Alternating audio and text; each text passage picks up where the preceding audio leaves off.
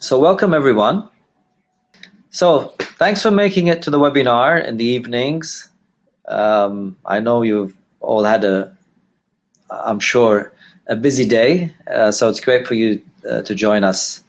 But this is actually a great opportunity as well, and I hope you get the best out of this webinar, and at the same time get the chance to participate in the competition that Cartier has put together around the world, and hopefully be one of the winners there. But in all cases, I'm sure as you go through the process of submitting to this challenge, it's going to help you a lot in your own business and crystallizing the kind of direction you're going in your business. So that's what we want to achieve out of this webinar, and that is to give you as much information about various aspects of your business that we'd like you to think about. And in that process, it'll give you a good chance to submit also to the Cartier challenge. And if you don't submit, or if you don't go through the whole process, at least you would have got a lot of value in getting a bit more clarity and asking yourself the kind of questions that are important for you for your own business.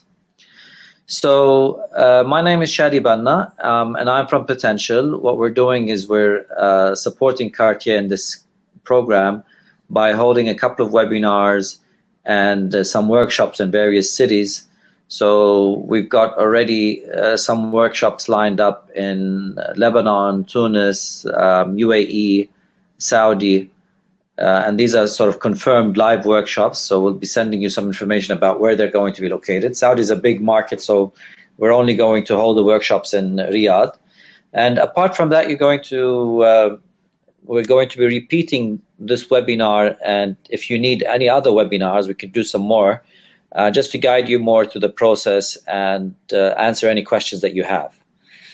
Unfortunately, I don't think we'll be doing any in Jeddah, Manar, because the time is quite tight for this program. But we'll definitely, like I said, be able to repeat the webinar and answer questions if you need any support and any help. Okay, so what is the Cartier initiative? It's an award that has been set up a couple of years ago, and I just want to highlight some of the criteria that would be considered by Cartier. So is everyone hearing me? It seems Sonia isn't hearing me, so can I just have a check that everyone else is hearing me? Okay. All right, the Potential team, can you let Sonia know what she needs to do to get back and be able to hear us? Okay, great that the others are hearing us.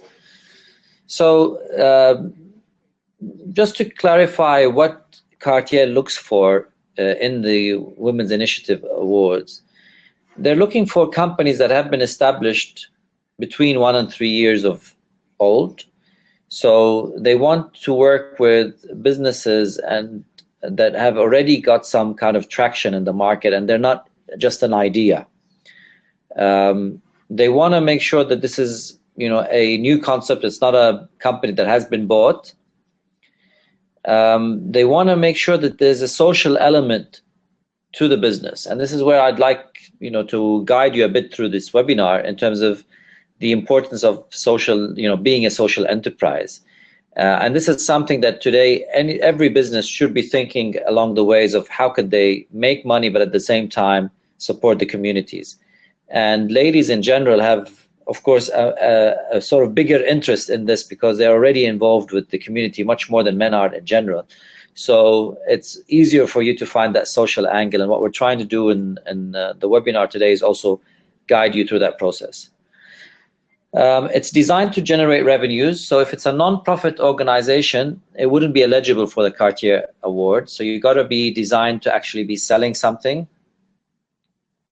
And the other one is the most important actually element is that you need to be a woman leading the business.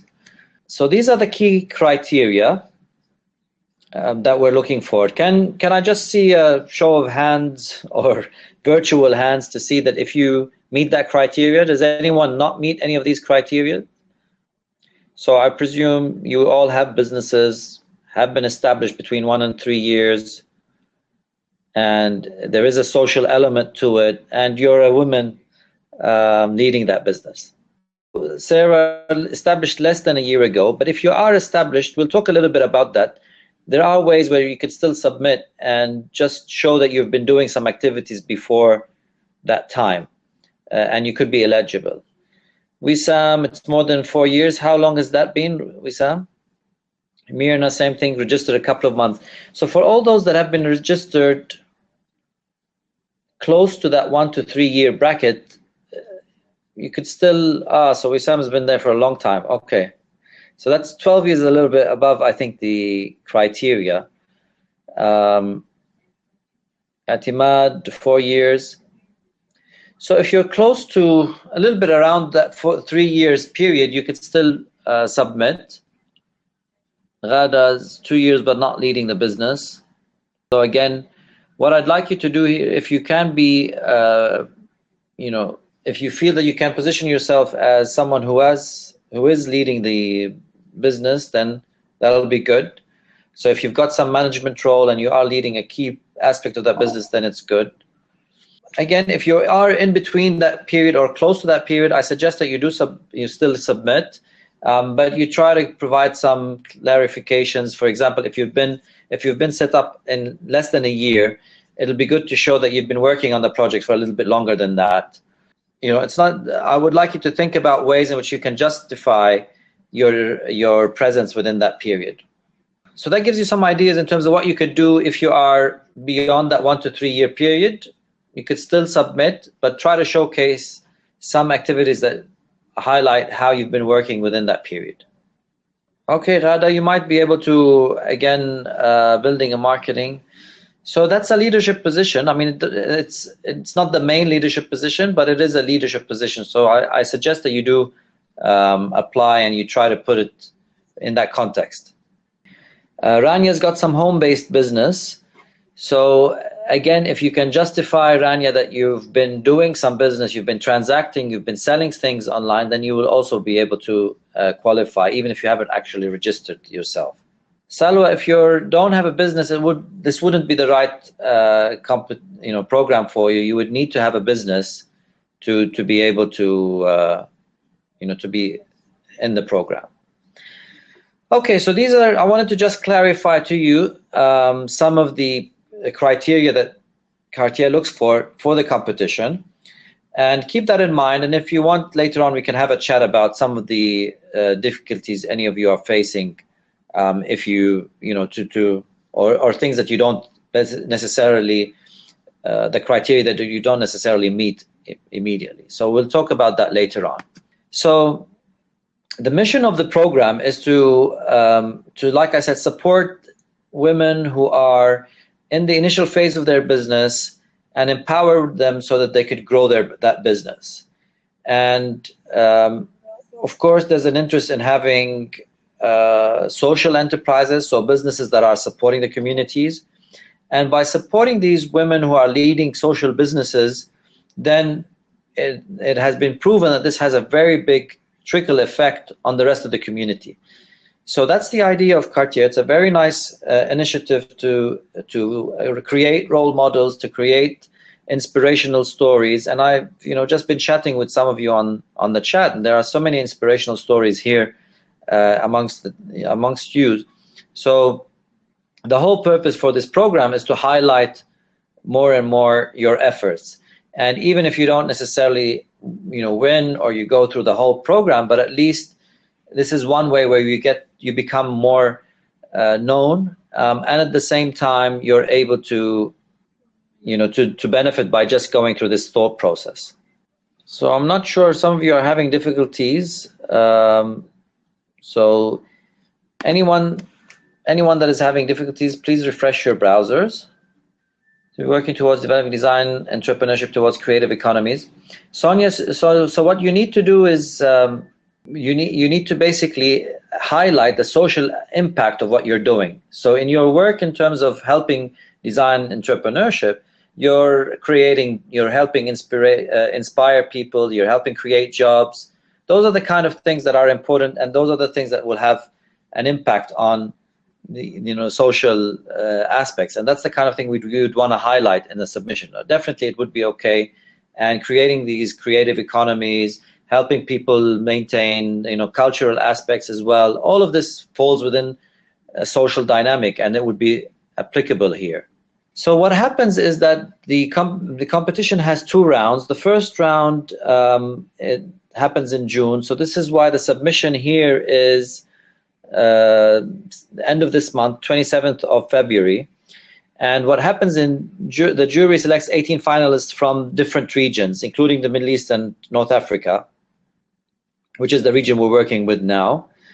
And then the 18 finalists will get some intensive training and coaching, which is given by leading consultants, and it's very, very, a great experience to help you move your project forward. And then in October, what happens is that the finalists are invited to France for a final round of the competition. So by that time, the coaching would have helped crystallize more your business, your ideas, and then you get a chance to go to France to be at the annual summit.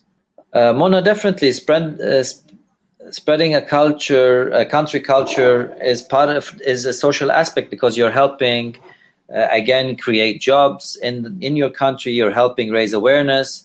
So these are all things that are definitely applicable. June, I don't believe there's any age limit, no. So as long as you meet the criteria we discussed earlier, you're fine. So Wissam, if you've got, I think your business was 12 years or more, in that case you wouldn't be eligible for the program, for the competition. But like I told you, I'd suggest that you go through this process of building your strategy, because it's very helpful anyway. So we'll talk about it later on. Last year, the winner, from the Middle East and Africa region was Mariam Hazem from Egypt. Each of the winners of the various regions gets $20,000, as well as networking support. The visibility is great. And this is in addition to the coaching that happens before and coaching that happens after you win that competition. So we hope someone from the team attending today will win those $20,000 and the coaching for the year. And it's really a great life-changing experience for anyone going into the business world. So Sarah, it's good that you know the winner. And you think it's very creative. So this is a great opportunity, again, to highlight the winners, and it's a great opportunity to get this exposure. So what we're going to do is take you through the application form questions, and you can go here on the link here if you note it down. This is the link that will take you to the application process on the site. What we're going to do in the webinar is go through the various stages of the application process, and I'll explain a little bit about each of these stages, so that if you listen to it from the beginning, it might be if you just read what is there, it might be difficult for you to to fully grasp what is required. So I'm going to try to explain each of these pieces bit by bit. So the main sections of the application form are these 12 sections. It starts with an executive summary. And here you just talk a bit about your project. And this is sort of a larger part of the submission, where I'd like you to take your time, think about what you would want to write there to really excite people about your project, the aspects. And my suggestion is that you actually write the executive summary at the end, after you've done the rest of the sections, because the rest of the sections will give you more clarity about the things you need to be thinking about and things that you need to highlight. So the second point would be the stage of the project development that you are in. So, some of you have already been operating for a couple of years. You're looking at that inflection point. You've already, the lady that has patented something, it's already being taken out and being put into the market. So there's a lot of different, this is what you need to clarify on the second stage. What exactly is your product or service? So this is where you explain what is it that you're building and what is it that you're providing. What is your business model? How do you make money? What is your market? Who are you targeting? Who's your key target segment that you want to go out and reach? Who are your main competitors? Who are the people that make up your team? What is the SWOT analysis? We'll talk about this in further details later on. How do you intend to mitigate the risks associated with your activities? So this is just to make sure that you understand challenges that you have and you have solutions, or you're thinking of solutions for these challenges. What impact will your business have on the society or the environment? So this is again the part that we were talking about earlier, in terms of every business that you're working on should have some social impact or environmental impact that is positive to those around you. And here there's a little bit more details on the social impact. So here, if you're working on job creation or opportunities for the market, it'll be good to explore that, explain that. If you're talking about an environmental impact, it'll be good to show how many trees you're saving, or or things that you're preserving quality of life of certain people that have been used to doing things in in the traditional way, and you're preserving that tradition. So there are different ways in which you can quantify the social impact. And finally, why did you apply to this competition? So what do you expect to get out of it? How can the Cartier initiative really support you to propel your business and take it to the next level? So this is, in summary, the application form. Like I said, I suggest that you would skip initially the executive summary, go to the other parts, fill them in, and as you fill them in, you're able to then go back. As you fill in the other sections, you're able to go back to the executive summary. Initially, I'm going to go now in every section and talk a little bit, and I'd encourage you to ask any questions about things that are not clear over here. So the maximum cutoff is 3 years. So over here in the executive summary, it's a section of about 8,000 characters, which means a couple of paragraphs that would be put in the executive summary, and that would explain overall your product and service and your business. And these are some of the questions that we'd like you to look at. Okay, so what is your business idea? What makes it unique? What makes it creative? Who are your target segments?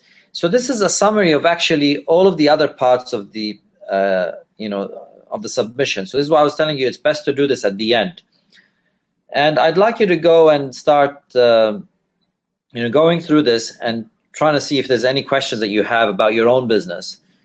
So anything you can put, the more information you could put in this area in the executive summary that highlights that there's a big business opportunity for what you're going after, and there's a big social opportunity for what you're working on, and that you're confident that you know what you're doing, you know the market that is out there, you know your competitive advantage.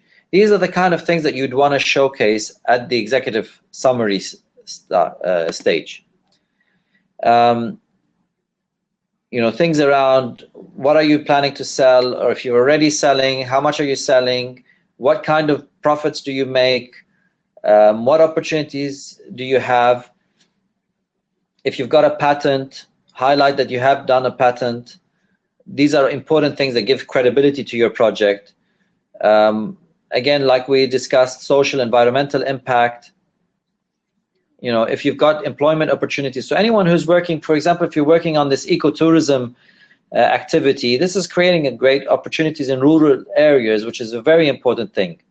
Haneen is saying that it's more difficult when you're talking about a service, not a product. Not really, Haneen, because you could explain the service. And today, a lot of businesses are, services businesses. The future is for services businesses in a knowledge-based economy. So you can explain the service really well.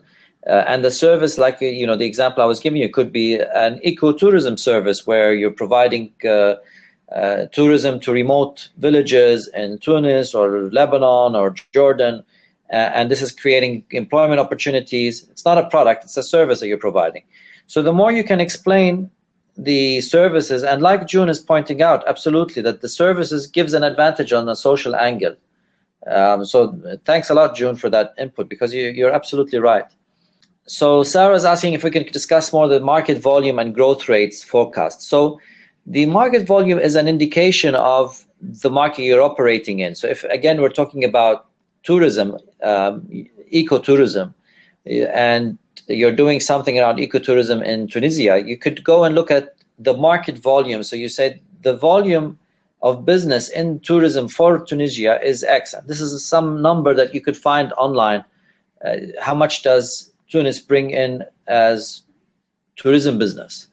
And then from that, you could come and get some, try to do some research and find out how much is today being spent on ecotourism, and what are the growth rates there. This kind of data will help you a lot create, justification for your market. So if you find that there's, in Tunis, let's say $1 billion being spent on tourism in general, and out of that, ecotourism is $100 million today, but it's growing at 20–30% every year, that's like a good market for you to be in. And if you can go and explain that, it gives a lot of credibility for your business. Okay, so anything else? Any questions? So Noor is asking if it's still an idea, is it eligible? So Noor, no, it wouldn't be eligible, because you would need to have it a little bit beyond an idea. It needs to be something that you've already developed and have sold something to someone. You've gone through that process, if not sold, but you've created something tangible, like a patent. If you have a patent, then that's a great step, even if you haven't sold it, but you've got something solid you've worked on. If you've created a site or a website, so you need to go a little bit beyond the idea for it to be eligible. Again, Rania is asking new ideas. So ideas by themselves wouldn't be eligible for this competition. We have as potential, we have another program called Hadafi, which would qualify more for your ideas. If you're just at an idea stage, we encourage you to go and submit to Hadafi, which could help you develop that idea. That is an opportunity. So again, in the business plan stage, the next question or the next level would be, what stage of the project development are you? So here again is where we go into details that show that you're beyond the idea stage. This is very important, to show that you've gone, you've thought about it, you've come up with something, you're already either selling, you're creating something. So what have you achieved so far? So it could be that I've already launched a patent, I've already set up a website, I've already got letters of intent from these ministries. Anything that shows that actually you've taken it further. Even Manal, if you haven't got sales yet, but you have some tangible output, like I said, a patent, a website, some agreements with some service providers that could be beneficial for your program. Those are the kinds of things that you can show over here. And you could find that even in the case here, they tell you what state of the product are you at. It could be an idea or a prototype, beta tested, in market. So it could be an idea, but we want you to go beyond just saying I have a great idea and I haven't done anything with it. That wouldn't really have a great impact. Mirna, a prototype is good enough, yeah. If you've got a prototype that has been out there, you've tested it, you've done some sampling, or you've got some research around your prototype, you could show some picture of what you've done on the prototype, then it would be pretty good. So Razan, if you've just joined, this session is recorded. You could watch it again later on, and we encourage you at the moment to to continue with it. We're going through the different stages of how you need to submit to the Cartier challenge.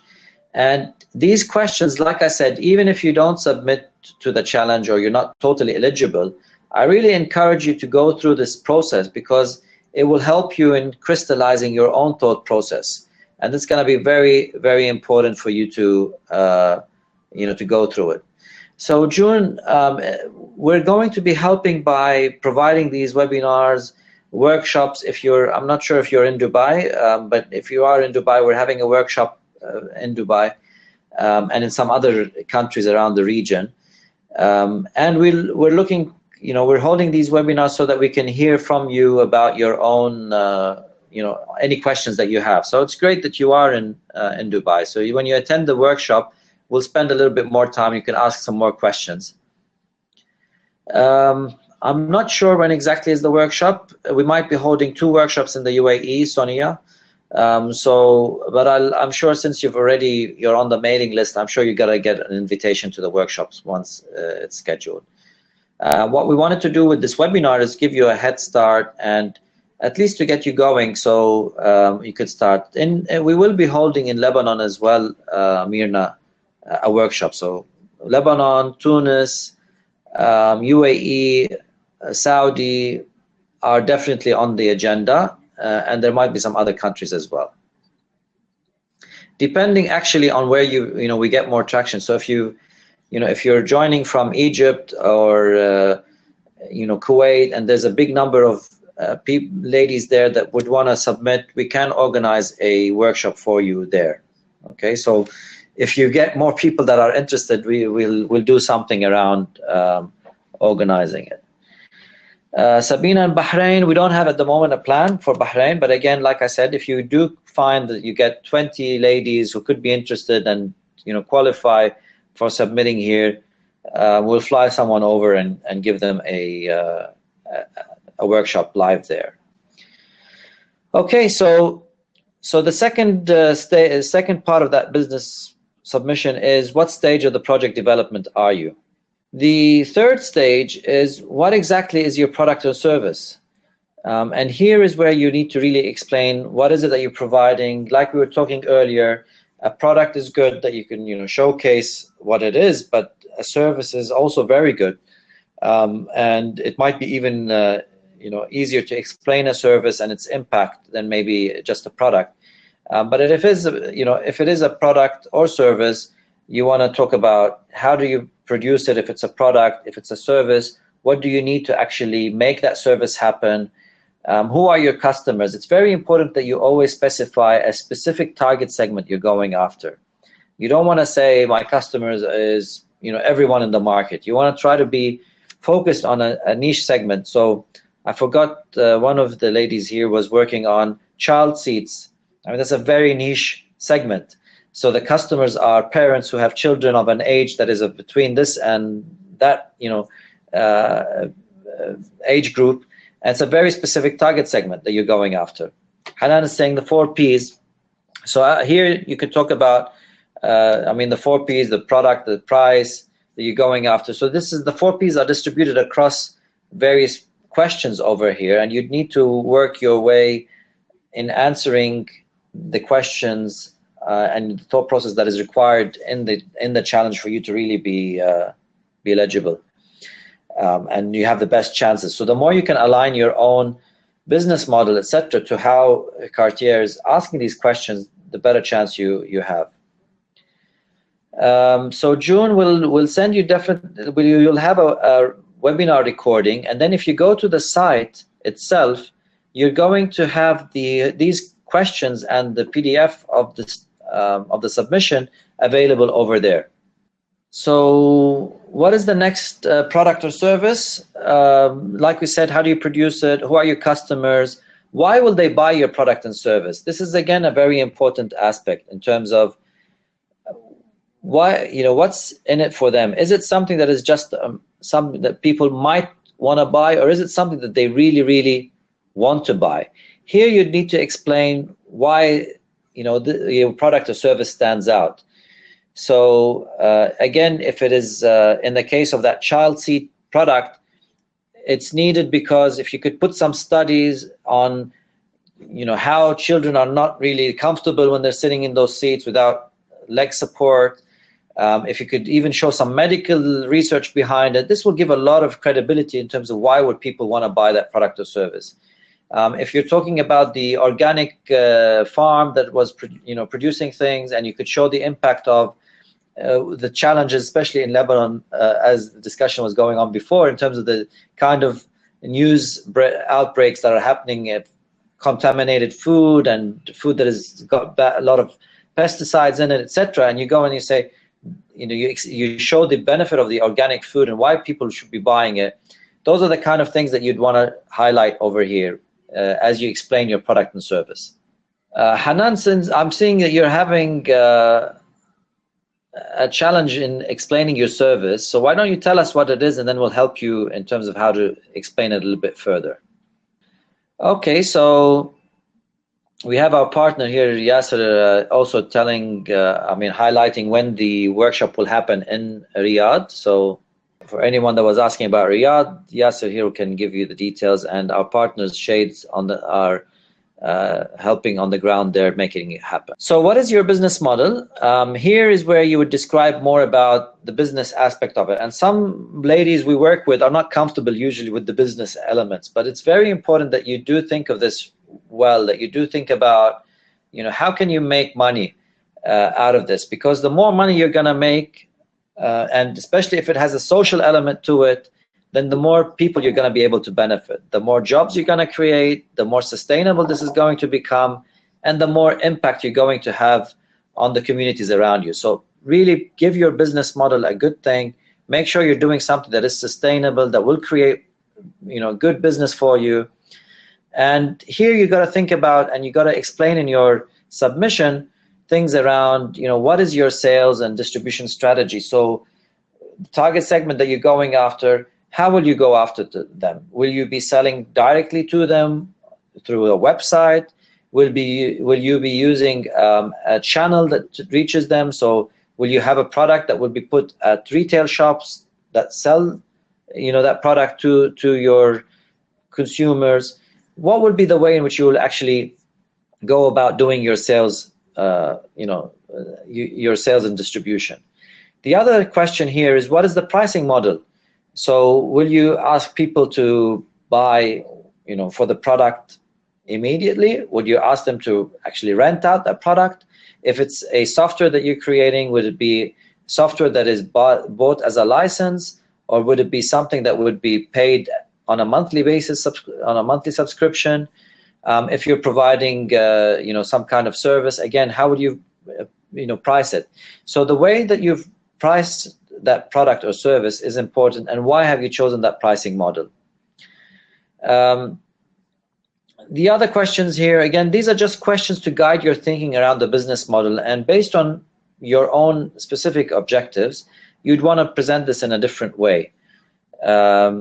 So how will you also go about marketing it? How will you let your consumers or your customers know about the product and service?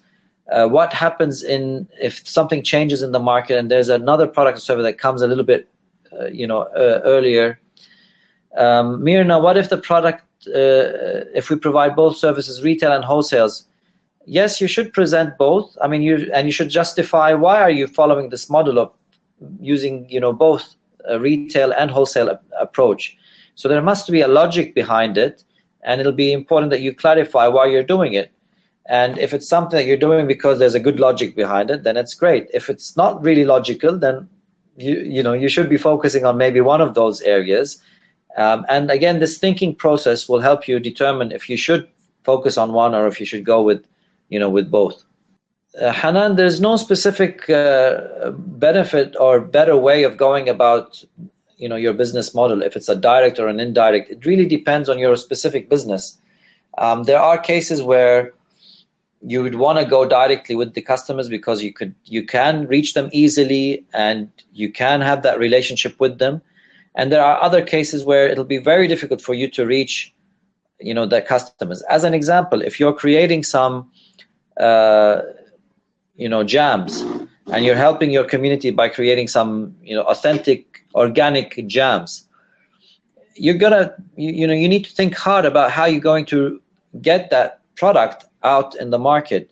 If you're selling it online, would you be able to ship it anywhere around the world without a specific when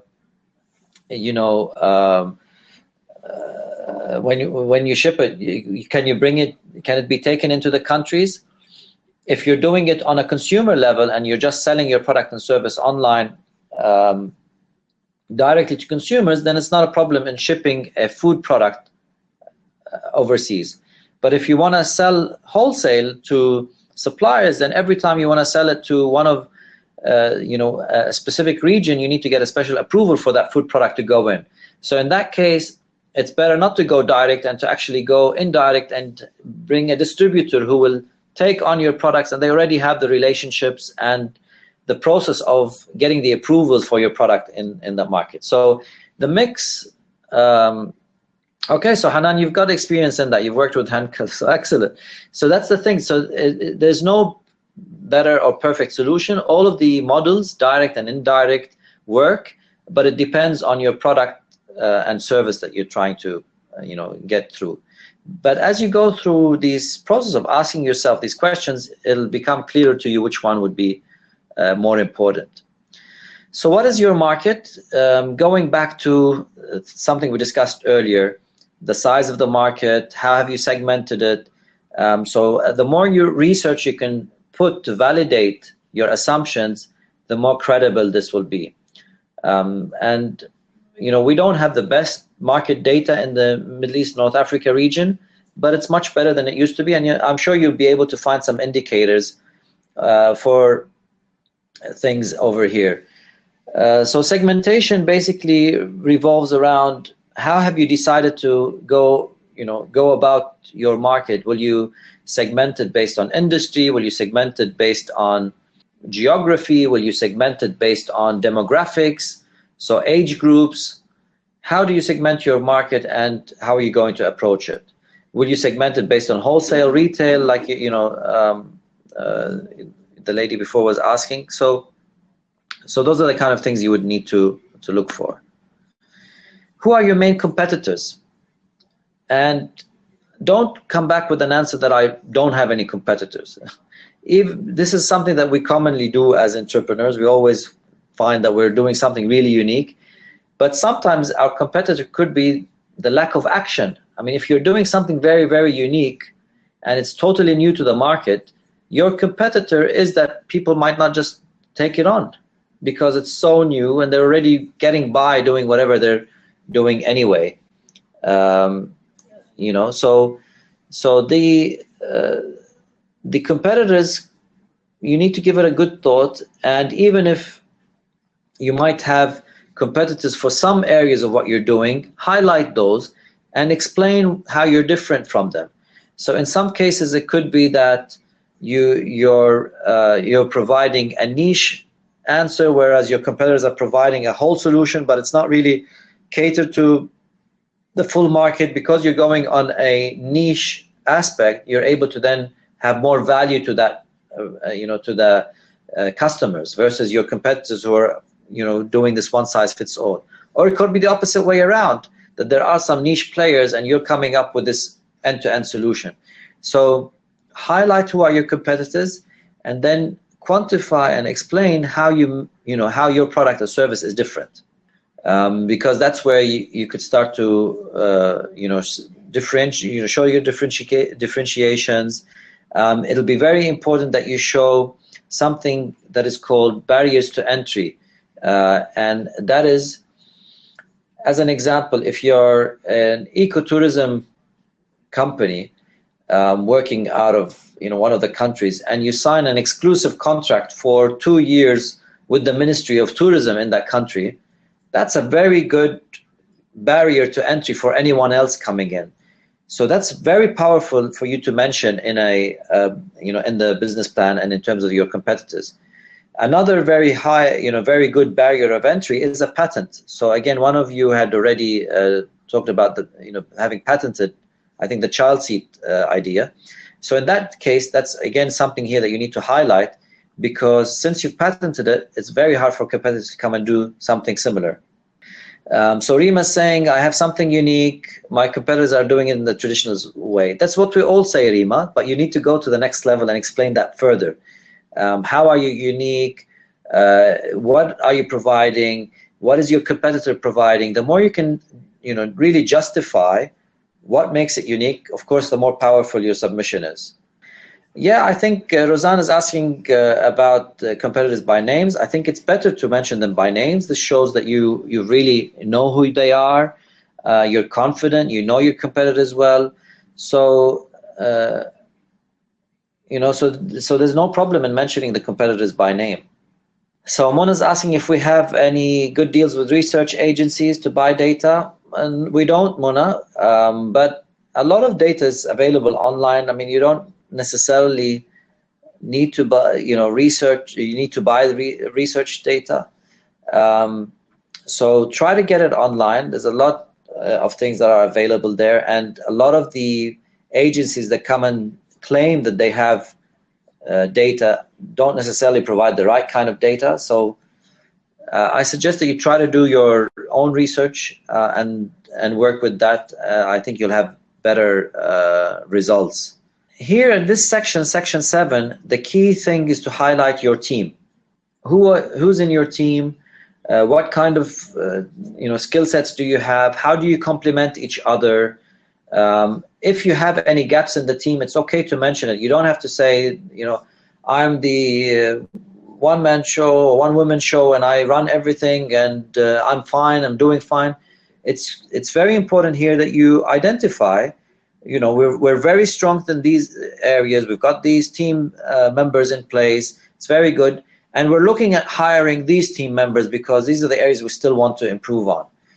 And part of what you're doing in such a competition is trying to raise some money and some awareness so that you can hire the people that would help you grow. So it's pretty good to showcase the various members of your team and any gaps that you have in your team. Of course, showcase your experiences and qualifications. If you've worked in multinationals, like I think was it Hanan, who's worked with Henkel, anyone that has had a previous experience in a multinational organization or an experience doing something along the lines of what you were working on, it's very important to highlight that. A lot of people just forget about and focus on what they're doing today, but it's important to show your history and show that you've done, you bring to your business a lot of value, that a lot of connections, a lot of experience that you've gained in other jobs. All right, so here the SWOT analysis would have a look. I don't know if you all, I'm sure you've heard of the SWOT analysis, but first you would look at your strength, and the first part is the internal part. So looking at strengths and weaknesses from your own business. And again, don't leave the weaknesses out.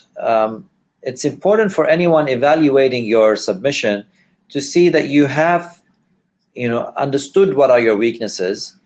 And if you've understood what are your weaknesses, they are likely to, believe that you will have an answer to these weaknesses. But if you just say, I don't have any weaknesses, that's, gives you a lack of credibility. So on the positive side, internal strengths, here is where you really highlight what makes you different. What is it? I mean, it could be the strength, could be the patent, it could be the team, it could be the environment that you're working in, it could be, how ready you are as an organization to make use of something. So here you're thinking about everything that you're strong in as a business, and you'd want to highlight it. Again, not too many points, like you see here, 4 or 5 points maximum. Then on the weaknesses side, again, this is internal to your own business. These are the weaknesses that we have. We need funding. We've got a weakness in our marketing team where we need to hire someone. We've got a weakness in haven't finished our patent or prototype, whatever it is. That's where you would highlight it at the weakness. Then the opportunities and threats have to do with the external market. So opportunities are, again, the positives that are happening in the market. So it could be that, Egypt, if you're in Egypt, Egypt has gone through a big, set of transitions over the past couple of years, but now it's at a stage where, it's much more stable. There are a lot of opportunities there. There's a lot of investment by the government in tourism or this. So this is how we're going to make use of it. or an opportunity in terms of technology, that today people have smartphones with them, smartphones have become cheap, so that's an opportunity. Our project is based on people accessing it through smartphones. Again, that's an opportunity. So highlight the opportunities, and opportunities are things that are done, that are external to you. The next level of aspects are threats. So when you do the, when you look at the external threats, these are things. Threats could be technology threats. So you're working with one kind of technology, that could be something that comes up and changes it. So you might be doing some kind of taxi service, but then the threat is that Uber could come in and actually take over this area. So those are the kind of things. Anything that is external to you, you could basically consider as, and that could be negative, is a threat. And again, don't leave this out. Make sure you do quantify it and you do highlight it, because because as you highlight it, it shows that you've really understood your market opportunities and the threats there. So just to respond to Julie, I hope you can hear me now, but we will be repeating this workshop live in some cities across the region. So if you're in UAE, Saudi, Tunisia, Algeria, Lebanon, then there's definitely a workshop going to take place, and in some other markets there'll also be workshops taking place. So section 9, how do you intend to mitigate the risks? So again, here is where you show factors. Do you mean percentages, numbers?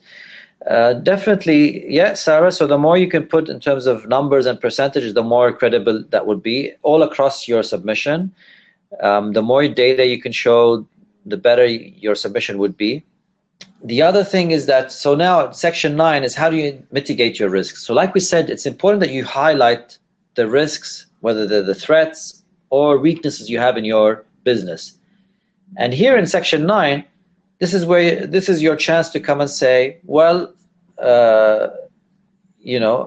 these are, I've identified what are my risks and what are my weaknesses, and here is how I'm going to be addressing them. This is a very important part that shows a lot of credibility in that you've thought of the problem and you've also thought of the solution for it. And we don't always, it's okay to have problems. Every business, even no matter how developed it is, will always be facing problems. So it's important to have these problems, and it's important for you to think about how I'm going to address those problems, even if that solution might not be the perfect solution or might not work, but at least you can work towards it. What impact will your business have on society and the environment? Here is again a very important aspect of the submission for this challenge. They really want to see how you're having an impact on the society and the environment and the community around you. So definitely highlight that. It's important that you try to quantify it as much as possible. The more you could put numbers, the better. If you can't put numbers, one very good way for you to explain your impact is through a story. If you can write a brief scenario of someone that you've really impacted through your work, that would also be a great tool. So you could talk about, if you don't have the hard data that will help you explain what you're doing, complement the bit of data that you have with a story of someone that you've impacted. It could be a farmer that you've helped, sustain their living and be able to have their family around them, work and not have to move to the city to find a job and stay where they are. This could be a great story that you can explain. It could be in the case of Sonia, an entrepreneur that you're helping and you've helped expose their work, and it has helped them get some business in new markets and help them create, hire 5 more people in their job. Those kind of things would be great to show. Who worked with, would that be? Absolutely. So I'm not sure in terms of the submission. I need to check if you can upload a video over there, but at least the story is something that you need to highlight. And the story, you could write it down in terms of just one sample story that you could say, this is an example of someone that we've impacted, and we're doing this with X number of people, and that's the sort of effect we're having on the people. Okay. So here, going back to quantifying it, the more you can quantify the social impact, the better. And I've talked a lot about this so far. So even if you can't quantify it in numbers, showing the impact or showing an example of someone or giving testimonials, like June is saying, these are kind of things that could really help people grasp how you're impacting those around you, and that's what they want to see in this this program. And finally, in section 12, why did you apply to this competition and what can you benefit from? So I suggest here you focus on how you could benefit from the exposure. So if you get the exposure, how will it help you in what you're doing? How can you benefit from the coaching? That if you have coaching over the year, what would you see or expect to happen after that? And how could it help you reach your milestones? So look at the things that they're going to be, going back to what would they award you in, and link what you're doing to how you can make the most out of those awards. And that's the kind of thing that we would like you to highlight over here in section 12.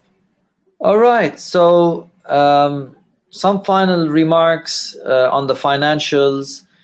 Make sure everything is in US dollars. If you have, funding needs, so if you're looking at raising money, it's good to mention it here. If you've invested in your business some funds, it's good to mention how much have you invested, what are the sources of funding. So have you already got funding from friends or your own investments, or have you got some investment from a angel investor or from a venture capital? What are your sources of funding? Those, or you've taken a loan. Anything that would explain how how you're funding your business is useful over here. And then in the financials, there's the financials, depending on how long you've been in business, you'll fill this in. Turnover means how much you've sold in the year. So across the year, how much have you sold in total? How much have you bought? What is the gross margin on? So typically, if if you're selling products and you buy the raw materials, so you're selling, you're building that car seat, and the car seat, you're selling it for $200, and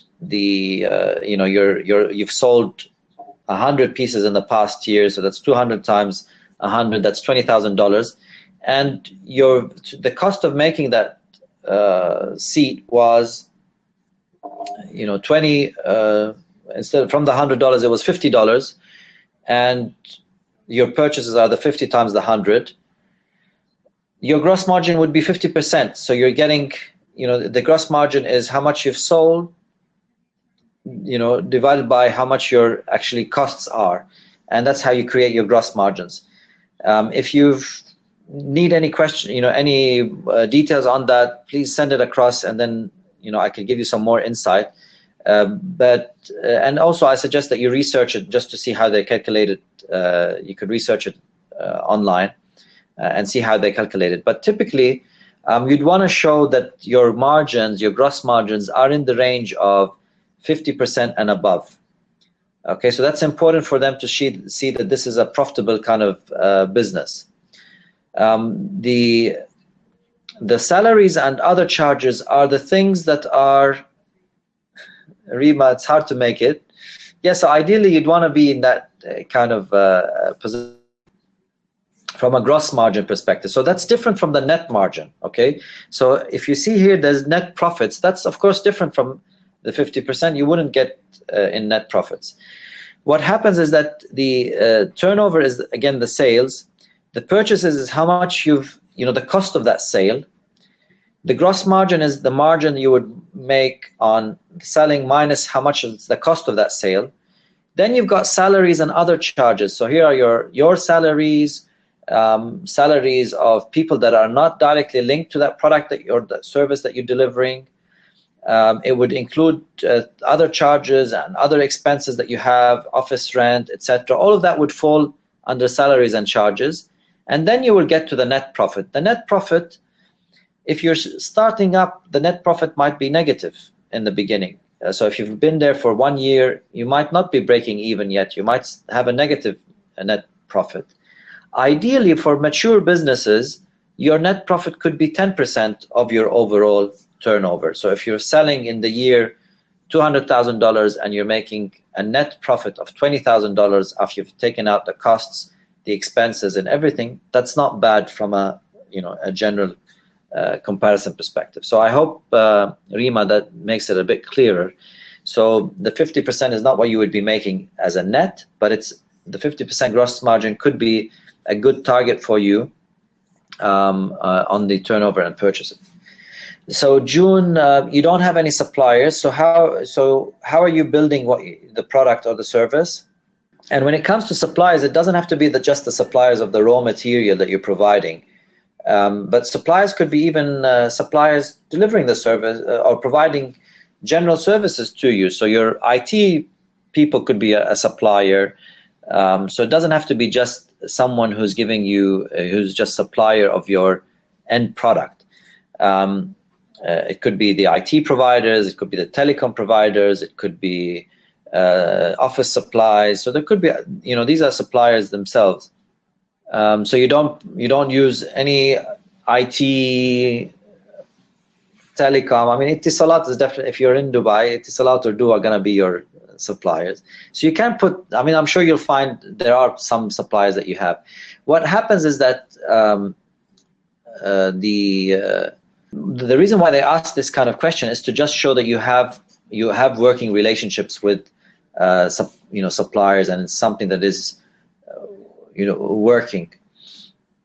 So Google, Gmail, I mean, domain, etc. You could put Google as a supplier, and you could put, of course, the Etisalat or whoever is giving you that connection as a supplier in case you're not using anyone else. Number of clients, a number of staff members, these are things that are, again, easy for you to put there.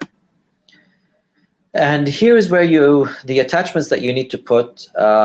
So your resume, business registration documents of your company. So if you've registered your company, of course, that's important. If you haven't registered your company, but you show that you've done some work and you've done some prototypes, etc., that could still be eligible. So I encourage you to apply, even if you haven't necessarily registered. But if you've done activities that show you have been in business, then it's good. You may attach 3 files, and these include logo, images of your products, press articles. I'm just trying to look here. I don't believe there's any video, video link. So there wouldn't be any video link over here. So Sonia, you'll probably need to, include a PDF of what you're doing. And it could be a short document on one of the success stories. Okay, so the submission needs to be done by February 27th. You can, once you go in and the website is over here at the bottom of the slides, you could see it. So CartierWomenInitiative.com. The potential team, can you just put that link in the chat so everyone can see, especially the link of the submission itself. Okay, so once you go in, I suggest that you start the process today. Start getting your username, password, start the process, download. There's a PDF that includes the same material that we've put here. Download that, and then save your work, and then you can come back to it later on. So the potential team has just added the link to the chat. So I encourage you to go in and, like I said, start the process now. And then you've got up until the 27th of February to submit your final submissions. Okay, so Rana, we're going to be sending you a link to the recording of this, and on the site, the Cartier site, you'll find all of the information that we explained over here. We also encourage you to interact. Go to the Facebook and Twitter handles for the awards. Check out what's going on. It might give you some ideas as well. I think that's the end of the session, so we're nearly on time, just a couple of minutes over time. I wish you all the very best of luck. Look forward to seeing you, seeing you there. The team has put a poll. We'd love to hear your feedback about, how you thought if the session was useful or not to you. And like we were saying earlier, we will be holding some live workshops across the region. We'll be doing more of these webinars, so you can join another webinar later on. Since you're already on our mailing list, you'll be getting an invite to the webinars and the workshops in your countries. And prepare your questions, send your questions across, and then the next webinar, have them ready. But I encourage you, like I said, to start the process now so that you gain time and you get into this process. And even if you don't necessarily submit completely, this is a yearly competition, so it will happen again. Every year it happens, but I really encourage you to go through the process this year, because it'll give you a much better understanding for your own business, and you'd be able to benefit much more, with this. So, wish you all the best. June, I'm happy you sat through it all, even though it seems some of the participants had some problems with, with the voice, but I'm glad you're on board, and look forward to, to see you all in person and interact with you some more. Good luck.